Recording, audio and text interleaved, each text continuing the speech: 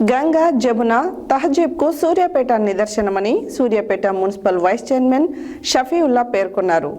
రంజాన్ పండుగ సందర్భంగా ముస్లిం సోదరులకు ఆయన శుభాకాంక్షలు తెలిపారు. ఇక్కడ హిందూ ముస్లింలు కలిసిమెలిసి పండుగలు జరుపుకుంటారని, ఈ ఐక్యత దేశానికి ఆదర్శమన్నారు.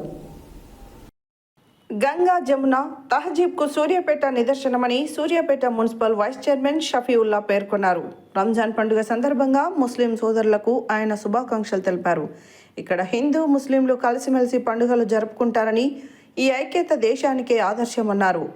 ఈద్గా కబరస్థాన్ల అభివృద్ధికి సహకరించిన పటేల్ రమేష్ రెడ్డి, సర్వోత్తం రెడ్డి, మంత్రి ఉత్తమ్ కుమార్ రెడ్డిలకు ఆయన ఈ సందర్భంగా కృతజ్ఞతలు తెలిపారు. సూర్యాపేట పట్టణ ప్రజలందరికీ రంజాన్ పండుగ శుభాకాంక్షలు తెలియజేసుకుంటున్నాను.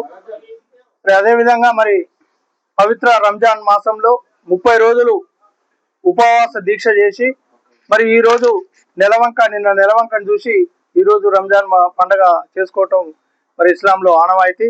అదేవిధంగా సూర్యాపేటలో పెద్ద ఎత్తున రంజాన్ పండుగలు చేసుకుంటున్నారు. మరి ముఖ్యంగా మన సూర్యాపేటకి ఏంటంటే మన దేశం తీసుకుంటే భారతదేశమే భిన్న సంస్కృతులకు నిలయము. మరి దాంట్లో మరి తెలంగాణ చూసుకుంటే అది ఉద్యమాల పురిటిగడ్డ.